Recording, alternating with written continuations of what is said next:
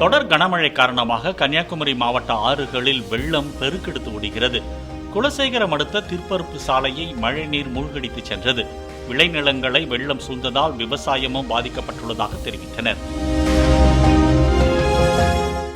இப்போ நாங்கள் நிற்கிறது என்னது, நம்ம அந்த குலசேகரம் பேச்சிப்பாறை நெடுஞ்சாலையிலிருந்து நம்ம கோட்ருக்குணம் சாலையிலிருந்து சாஸ்தாங்கோவில் செல்லும் என்ற சாலை, அந்த பகுதியில் நிற்கின்றோம். இந்த பகுதியில் கடந்த 2 நாட்களாக மழை தொடர்ந்து பெய்து வருகிறது.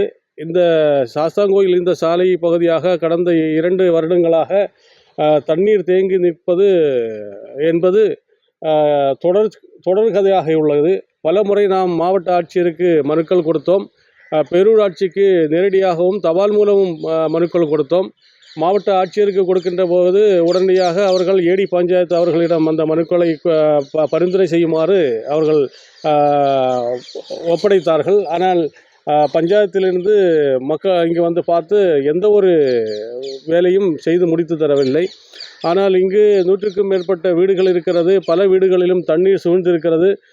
மக்கள் வெளியே வர முடியாத அளவுக்கு இந்த இடம் நமது பாதிப்பு ஏற்பட்டு கொண்டிருக்கிறது. நமது சில நாட்களுக்கு முன்னால் உங்களுடன் ஸ்டாலின் என்கிற ஒரு முகாமில் நாம் இந்த மனுக்கள் கொடுத்தோம். அதற்கு உடனடியாக தீர்வு காணும் என்று நாம் எதிர்பார்த்திருந்தோம். இன்று 2 மாதங்கள் ஆகின்றது. இதுவரையும் எதுவும் ஒரு தீர்வு காணவில்லை. சில நாட்களுக்கு 2 நாட்களாக மழை பெய்து கொண்டிருக்கிறது. மீதும் அதே நாம் நிலைமைக்கு தள்ளப்பட்டிருக்கிறோம். ஏன் நம் இந்த ஊருக்கு மட்டும் இதுபோல் ஒரு நிலைமையில் நம்மளை தள்ள வைத்து கொண்டிருக்கிறார்கள் என்பது நமக்கு வேதனை அளிக்கிறது நம்ம ஊர் மக்கள் சார்பாக.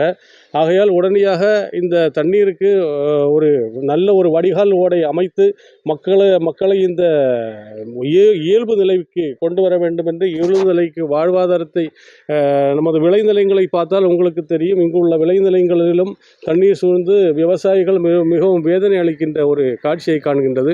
ஆகையால் உடனடியாக இந்த நமது அரசாங்கம் இதுக்கு ஒரு நல்ல ஒரு முடிவு கண்டு மக்களை இந்த தண்ணீர் துயரத்திலிருந்து பாதுகாக்க வேண்டும் என்று தாழ்மையுடன் கேட்டுக்கொள்கிறேன். பிளே ஸ்டோர் மற்றும் ஆப் ஸ்டோரில் இருந்து பாலிமர் செயலியை QR கோடு மூலம் பதிவிறக்கம் செய்யுங்கள். செய்திகளை உடனுக்குடன் பெறுங்கள்.